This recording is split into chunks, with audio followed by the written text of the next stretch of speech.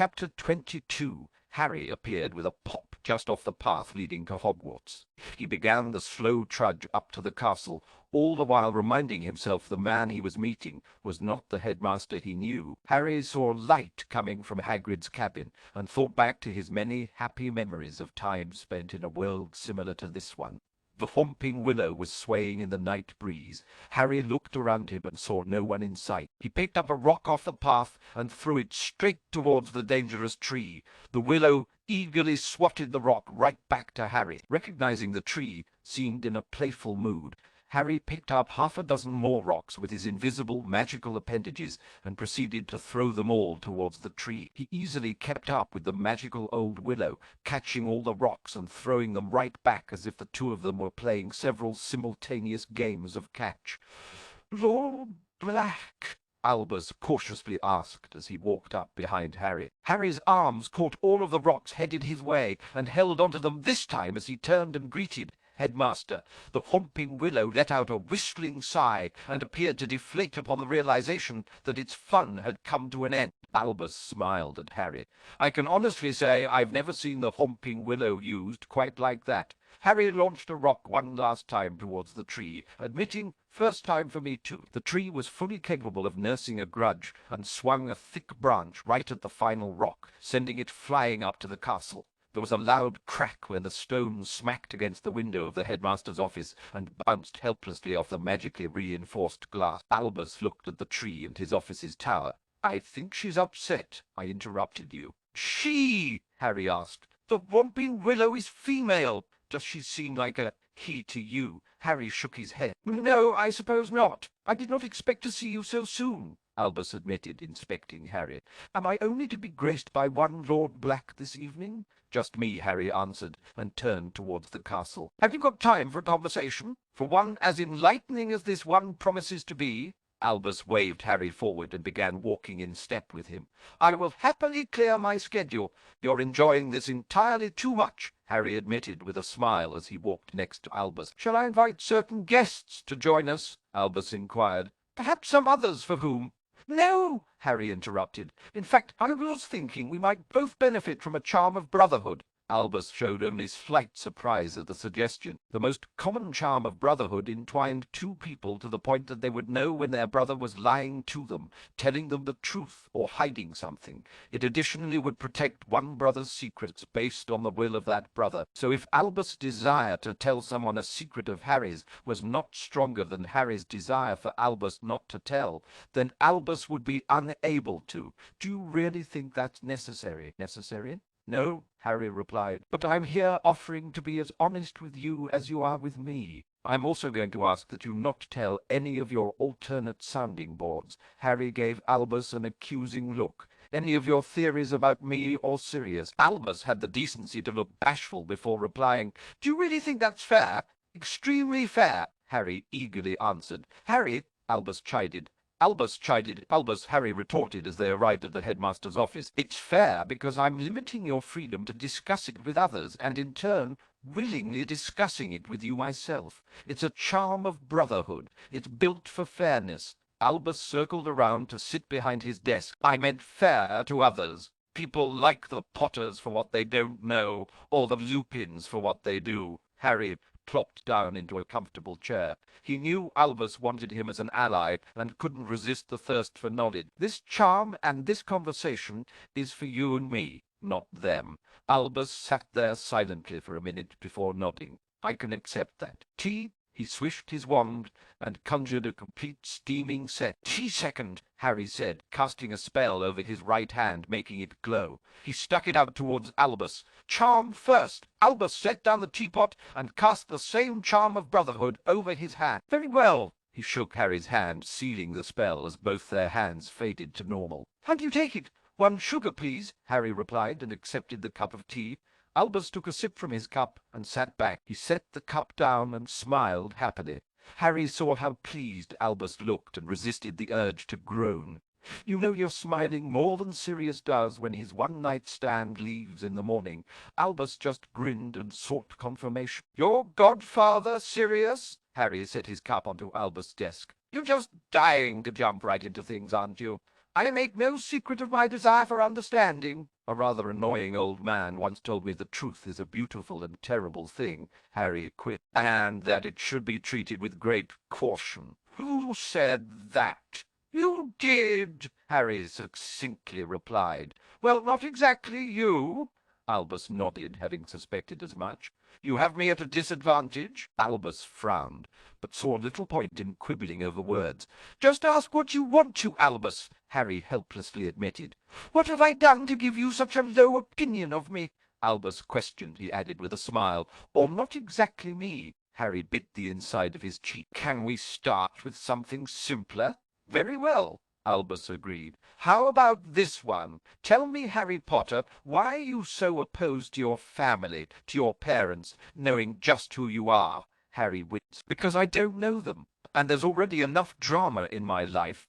You do know the Lupins? Harry sighed and figured he should start from the beginning. All right, first off, I suppose you need a little alternate history lesson. Halloween 1981 in the reality I grew up in. The Dark Lord Voldemort attacked at Godric's Hollow. My parents were home that night, Harry explained, and that night they died protecting me. So I've never known any James or Lily Potter. Sirius, my godfather, came through the exit. The exit, Harry nodded. The exit, the veil, the death chamber, the stone archway in the Department of Mysteries, whatever you want to call it, my godfather fell through it over 10 years ago. I began researching it in February. A byproduct of my work was Sirius fell out the other side and into this world just a few months ago. So when he woke up in a hospital bed, he asked for Remus Lupin, his best friend in our reality. Hence, Tonks and Remus knew about me and my history before I ever arrived in this world. Albus was tempted to inquire about the specifics of crossing over, but wanted to understand Harry better. That does not explain why you have not told your parents. James and Lily Potter seem like nice people, Harry admitted, but they're not my parents. Not exactly, Albus replied, using Harry's own words. Sirius was going to tell James who he was, Harry explained. But when they met, Sirius realized just how different this James Potter was from my dad. Those two do seem to rub each other the wrong way, don't they? Harry shrugged. I can see it from both sides. And yet you choose to continue to deceive your not-quite parents. Harry gave Albus a significant look. It's only dumb luck that in this world there is a middle-aged couple who dealt with the grief of losing a baby and raised 2 other kids. My parents never saw 22. You really think getting to know the Potters will tell me anything about my parents? They never even met them. Then perhaps you could give a middle-aged couple who dealt with the grief of losing a baby some peace of mind to know in other worlds their son has lived a healthy, happy life. Harry laughed. You're really something else. I shall take that as a compliment. Harry took another sip of his tea. I know you want to stay on our good side. All I ask is that you let us tell the Potters in our own time. Albus took a moment to observe Harry. I can agree to that as long as you keep me informed of the people you do share the knowledge of your unique origins with. Harry sighed tiredly and glanced over at Fawkes' empty perch. I am not your student, nor an order member. Those I and Sirius confide in are our business, not yours. I understand. Albus backtracked. I just think it's in both of our best interests to keep this to ourselves for now. Harry looked at Albus speculatively. I would have thought you'd be a lot more vocal in championing an awkward reunion of sorts. The fewer people aware that there is a new candidate for the prophecy, the better. Realization crossed Harry's face, and he shook his head. Sorry, Albus, but that prophecy isn't about me. You defeated the Voldemort of your world, didn't you? What makes you think that? Albus smiled. You duelled him. And you were entirely too confident and comfortable. Sirius hid it pretty well, but his eyes showed worry and fear. Your only fear was for Sirius. Yes, Harry admitted with a mixture of pain and pride. I did defeat my Voldemort, but I can't vanquish this one any more than you can. Albus frowned at the truthfulness he sensed. Are you certain? I have some idea of the cost you paid to defeat your Dark Lord, and in case you missed it, Voldemort is not a dark wizard. He's a genuine Dark Lord, and all that implies. Albus winced as though the confirmation hurt him. I had hoped that wasn't the case. Harry grinned helplessly. The Muggles have a saying about putting all your hopes in one hand and then— Shh! I'm familiar with the saying, Albus interrupted. Thank you, Harry. Just trying to help. Albus frowned in thought. Was the cost to you simply too high to pay again? Harry considered the question before answering. Yeah, I don't know. I'm not sure, to be honest, but fortunately for me, it's not possible to pay again, so I don't have to think about it. What was your cost? Harry was surprised Albus was asking so boldly. He let no emotion show as he watched the old man. Albus nodded in understanding and voluntarily admitted, I sacrificed the ability to father children, and then I lost the ability to fall in love. Harry hadn't known the specifics, but guessed it had been something close to that for Albus. He knew how high that cost would be to a wizard like Albus. With a lick of his lips, Harry softly admitted, I sacrificed my mother's everlasting soul. Albus blinked in shock. And what did you lose? Harry slowly shook his head. My sacrifice was deemed sufficient. Albus couldn't even imagine what Harry felt. The word came out as a whisper. When I was a baby, she gave her life to protect me from Voldemort.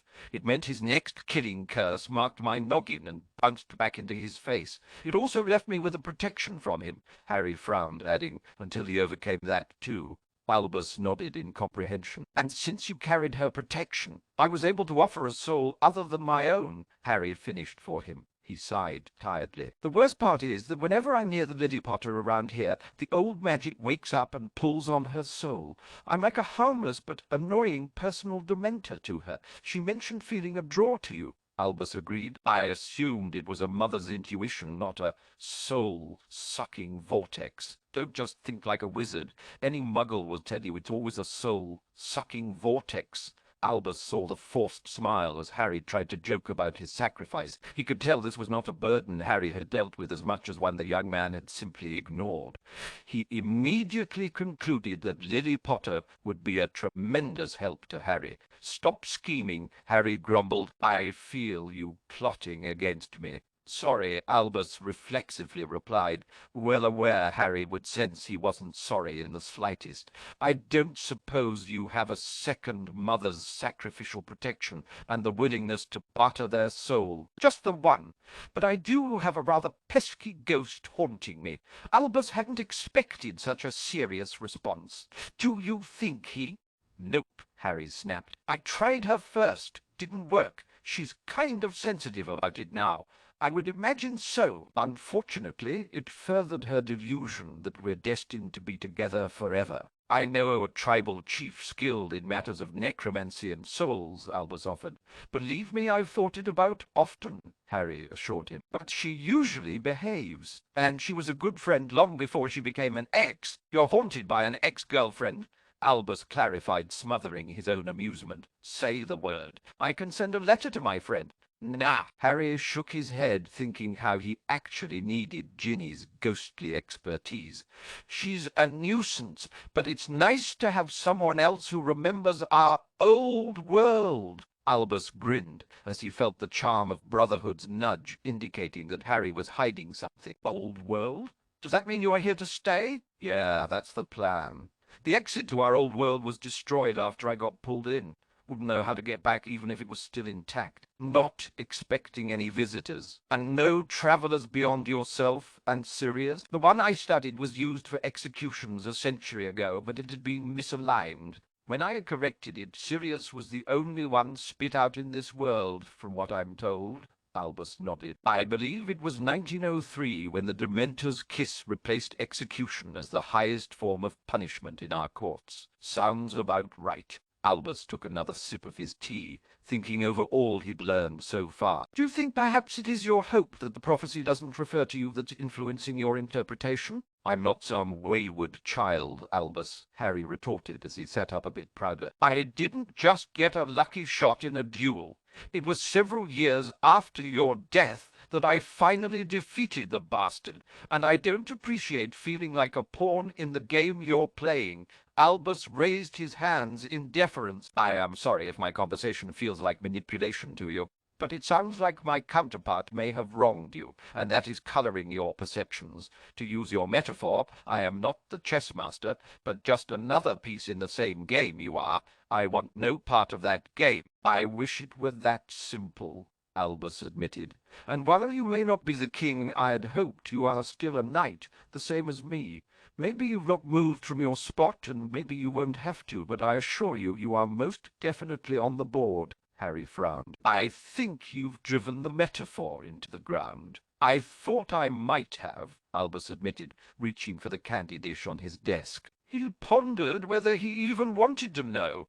Can I ask you a question? Obviously you've just done so, Harry said with a smirk. Albus grinned. I've used that line on you, haven't I? Harry gave an affirmative nod and urged Albus to continue.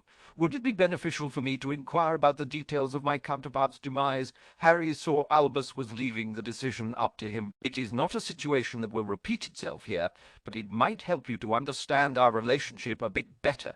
Albus sensed Harry was more affected than he was showing. You were there, weren't you? All right, first off, in my totally objective and unbiased opinion, you should realize Severus Snape of my old world is a bigger asshole than you'd find on a blind giant's narcoleptic bride. Albus looked vaguely unsettled as he processed the meaning. Severus. Yeah, Harry admitted before pausing. I'm not sure the details of this world's Snape, but in my old one he joined the Death Eaters right out of school. There was probably some reason, like the executive washroom for inner circle members had too much gold trim for his delicate sense of aesthetics. Whatever it was, he quickly turned traitor, secretly stabbing his new friends in the back, and became the Order's spy in the Dark Lord's organization. Albus was fighting a smile. You could just say you weren't aware of Severus' motives. You weren't exactly forthcoming with that information any more than Snape was, Harry retorted. As a result, you were the only person who trusted him, probably on either side. Come to think of it, this is leading somewhere, isn't it? Albus encouraged. You're not just insulting my potions, Professor. Contrary to what you imply, merely insulting your potions, Professor, is in fact an excellent and worthwhile way to pass the time, Harry argued. But yes, I'm getting there. How do you think Snape would respond if all the Potters were dead except for a baby, especially one hailed as the savior and hero of the wizarding world while still in diapers? Albus briefly wondered if Severus would be able to set aside his bitterness. He stifled a snort. Understood. Anyways, I'm just trying to explain the fact that my entire 5th year at Hogwarts you avoided me until the end of the year when Sirius died, or what passed for dead at the time, and you only then informed me of the prophecy. I say this so you understand that in 6th year, when you'd finally started to become something of a mentor to me, it was a pretty shitty thing you did. And what did I do? You petrified me and covered me with an invisibility cloak as Death Eaters stormed the astronomy tower. Then you allowed yourself to get captured and let, or more likely invited, Severus to strike you down with a killing curse, sending you to your death and a grisly fall. Albus sat there silently, allowing Harry to speak. I couldn't move until you were dead, Harry weakly relayed. I know Severus Snape could never really take you, but I guess you wanted to give him ironclad proof of his loyalty to the Dark Lord. I think you had to have been sick and dying anyway, but I couldn't even get confirmation of that. Albus steepled his fingers in thought. You will have a better idea of my counterpart's motivation, but I am sorry you had to see that. That's when things really started to go to hell in a handbasket too. With you dead, people lost hope and just wanted to give up. The Second War got really bad after that. Albus was saddened, but could identify with the burden his counterpart had carried. Were we close? Kind of, yeah. Harry paused, thinking neither yes nor no sounded right. I think we should have been closer, and I don't doubt that you loved me like a grandson. But you messed up a lot where I'm concerned. Enlighten me, Albus cheerfully instructed, so that I may avoid making the same mistakes. Harry stopped himself from saying, "Just don't force me back to the Dursleys." He took a sip of his tea and looked up at the eager headmaster. "Don't worry. You can't make those particular mistakes again. I just had the one childhood to ruin and fragile emotional psyche to shatter.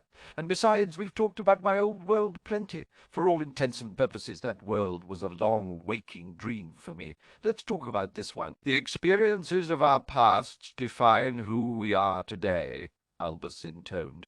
"But we can talk about this world. Would you like to join the Order?" Harry fought a smile. That was abrupt. "I suspect you will not accept my invitation at first, so I thought I should begin laying the groundwork for future overtures." "Blunt honesty, too," Harry grinned. "I'll give you points for effort." Albus looked at Harry hopefully, but nodded when the younger man made his denial clear. Luckily for him, but perhaps unfortunately for the Order, Severus Snape has never been a Death Eater in this world. Harry gave a look of mischief. "Are you sure? Would you bet your life on that?" "I trust Severus Snape," Albus said, "but alas, there are grains of truth in some of the stories surrounding his ill-fated attempt to join the Dark Lord. If I promise not to enjoy them too much, could you tell me the real ones?" Albus scrutinized Harry. "I sincerely doubt you could make that promise." "True," Harry agreed before forcing a twinkle into his eye. "Pretty please, I hope that look you made really worked on me." "Never tried it on you," Harry said. "But it never worked on Hermione Granger?" Albus asked, and received an affirmative response. "Is that why you abducted her and took her to Africa?" "Just having a spot of fun," Harry replied. "And I'm quite sure my best friend Hermione would agree that this Hermione needed a kick in the pants and a poke in the—" "Harry," Albus warned. Harry, innocently finished. "Weren't you about to tell me about Snape's ill-fated attempt?" Albus took his time, but obliged. Severus had been denied back when he was student, but he had an acquaintance prepared to vouch for him. I called in a few favors and secured him a ministry exemption for all non-harmful dark arts." "Non-harmful," Albus nodded. "Severus' potion-making skills were never in question, but it was required that he demonstrate some other coveted talents. He led his initiation evaluators." "Wait!" Harry interrupted. "Initiation evaluators?" They may have been having a laugh at Severus's expense, but yes, they referred to themselves as initiation evaluators. As I was saying, Severus led them to a Muggle woman that he specifically targeted. Harry grinned. "Yeah." Albus took a breath and reluctantly explained. "He intended to sow chaos and discord among countless Muggles worldwide. He didn't attack the Queen, did he?" Albus shook his head quickly. "That rumor is patently false." "No, the woman is simply an author, just an extremely popular one. His plan was to torture Muggles with a poorly written story." Harry goggled. "That was his grand plan." Albus winced. "Had I known his intentions beforehand, I would have advised him against that course of action. But he decided I would be better off ignorant of the details of his less-than-legal activities. I take it the initiation evaluators were unimpressed." Albus took off his glasses to rub the bridge of his nose. More amused than anything else, he misinterpreted their laughter and cheers and made a few boisterous comments that have since taken on a life of their own. "Like what?" "I believe the Weasleys' wizard wheezes offer a shirt exclaiming, 'We will get them where we can hurt them the most. We will attack at their leisure.'" "At their leisure," Harry snickered. "There may have been some strutting and billowing of his cloak when he said it." Harry smiled at the image before frowning in consternation. "Does that mean you have no ears within the Dark Lord's ranks?" Albus schooled, his face showing no emotion. "It shouldn't surprise you that I won't be answering that question." "Good point," Harry admitted. "So what can you tell me about that fucker?" Albus was momentarily shocked. "Excuse me, are you that fucker?" Harry asked, while openly inspecting Albus. "I assume you are referring to the mysterious wizard in black who occupies much of Voldemort's time." "Damn!" Harry swore, knowing it was an unlikely possibility. That would have almost made sense. Albus could tell Harry had concluded that he wasn't the mysterious wizard. "What do you know of the wizard that led you to suspect me?" "Not much," Harry admitted. "Just that it's someone strong enough and willing to stand up to the Dark Lord. I will admit that is a woefully short list. And," Harry interrupted, "and I know this mysterious wizard didn't show up until after the disappearance of Neville Longbottom. Perhaps someone who knows the two first candidates were dead and he needed to wait for another son born at the end of a July. someone with a little too much faith in the prophecy, believing he cannot vanquish the Dark Lord. So he does all he can to thwart Voldemort without actively engaging him. You've thought this through, Albus replied, slightly surprised he was the suspect. I would imagine that sometimes you limit your arsenal, let's say, because you are so widely perceived to be and looked upon as the consummate light wizard and role model. You think I could hide behind a mask and be a bit more ruthless? Harry snorted. Do you really want me to answer that? Albus frowned playfully. No, I think you've answered it quite clearly. Harry scratched his head. In retrospect, it does sound a bit nutty, even for you. I'd like to think so, Albus agreed. I should point out one fallacy of your logic is that the idea of waiting on a new subject for the prophecy is one that's widely shared by others. There are many people out there who actively avoid having children near the end of July for that very reason. Makes sense. Yes, well, there are also those that induce birth just before midnight and the calendar turns to August, almost always leading to complications. You're kidding! Albus shook his head. I'm afraid not. It appears that night is as cursed as the defense against the dark arts position. Speaking of, have you ever considered teaching? Harry looked at Albus incredulously. Bite me. Albus chuckled. No. Would have been sufficient. Not as effective, Harry assured him. I take it you're not one of those keeping their eyes on the maternity ward around the end of July. Albus sighed and sat back tiredly in his chair. For many years I'd been holding on to the hope that Neville Longbottom is still out there. Harry noticed the use of had rather than have. You don't believe that anymore? Albus looked at Harry innocently. Not for the last couple of days. No. Harry was quick to anger. You still think it's... Please, Harry? Albus stopped him. I firmly understand that you do not believe the prophecy applies to you. I may have reservations, but I do not doubt that you have none. I'm not trying to pester you. I'm merely admitting that until a couple days ago, I had never questioned whether Neville was still out there somewhere. I had to believe he was. Your appearance gives me doubt. It's not me, Harry childishly pouted. Do keep in mind that until this conversation I was unaware that you already had defeated a Dark Lord, and that Voldemort legitimately was one, Albus pointed out. I don't think the prophecy refers to you, but I'm not certain, and you definitely shake things up a bit, so you haven't squirreled Neville away for some special secret training, Harry asked, and saw the look on Albus' face. Didn't think so. And you don't think Neville is that fucker? Albus looked at Harry curiously. I assume from your preoccupation that your world had no such unknown wizard in black. Nope, my world was quite a bit different from this one, Harry admitted with a shrug. Hell, probably the second most dangerous person and right hand to the Dark Lord was Bellatrix. Really? Albus asked in happy surprise.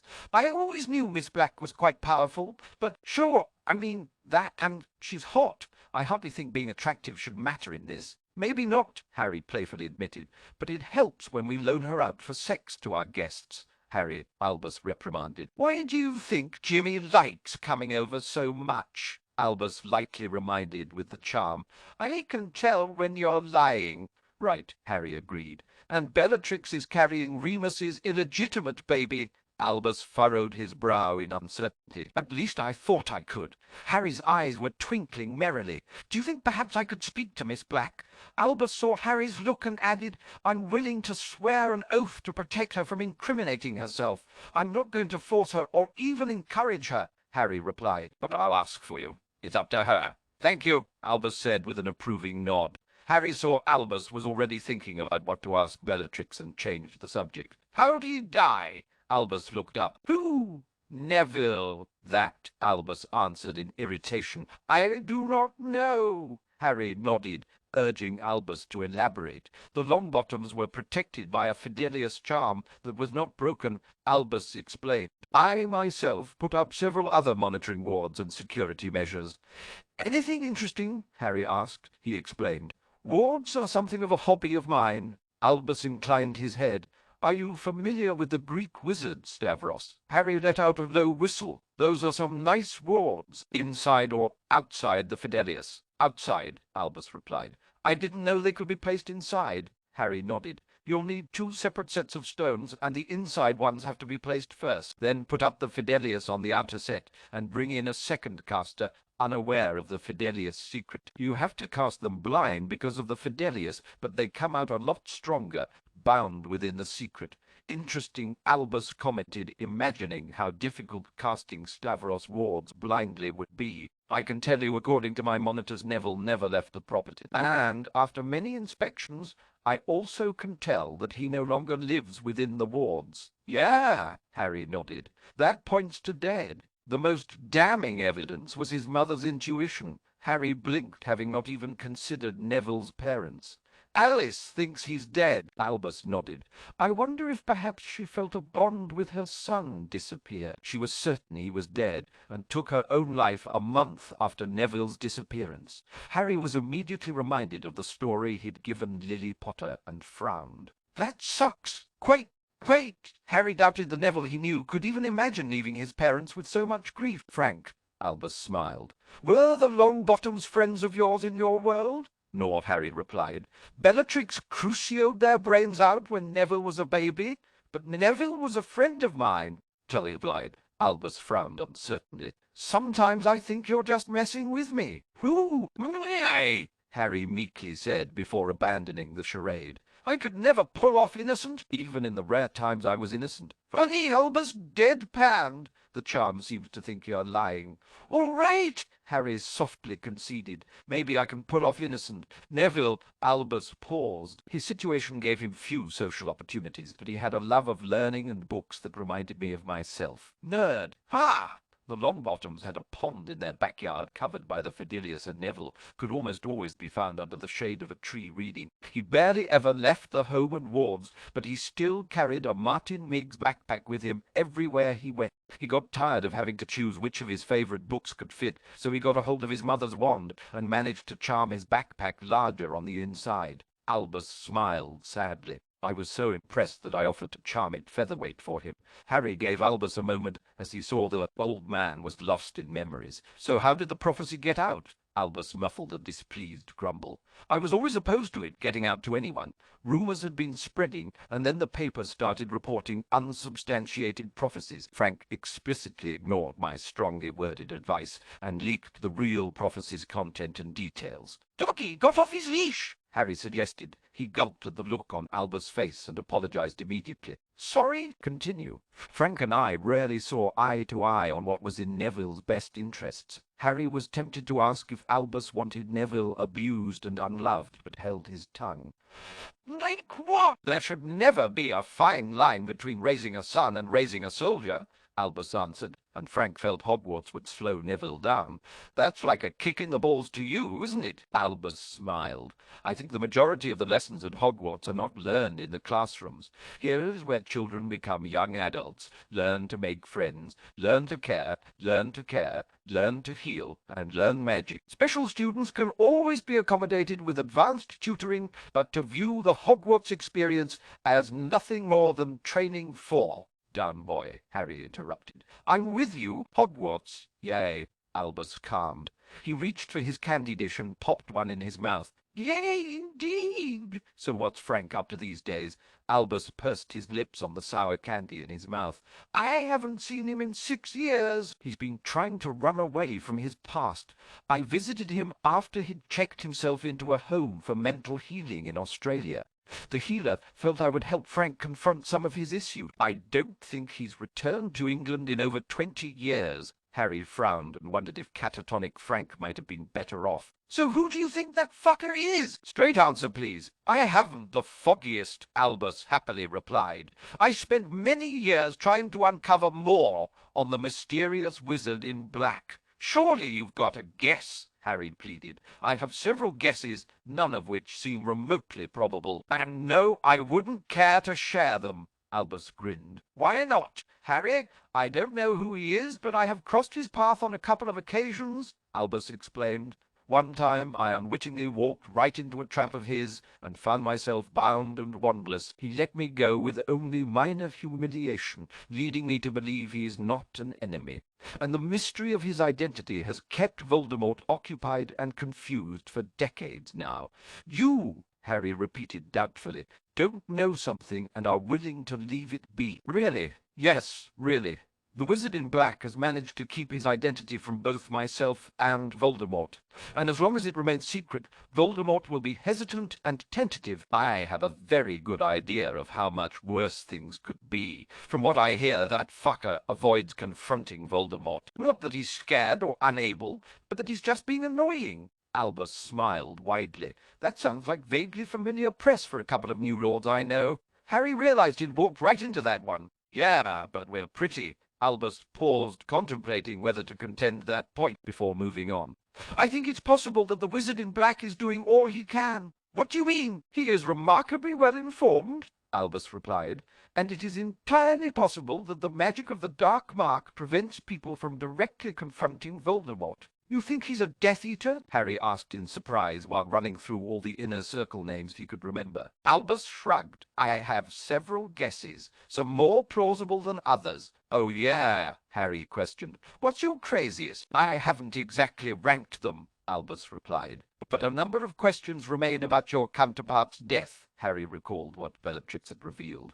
You think it might be me? I never said that. I said questions remain. I don't know what you've been told, but there was nothing natural about the manner in which Voldemort killed you. Foul, dark magic, unlike any I've felt before, was involved. Albus shuddered. It wasn't like any summoning ritual I've read about, but your deaths were not simple murder. Harry smothered a grin.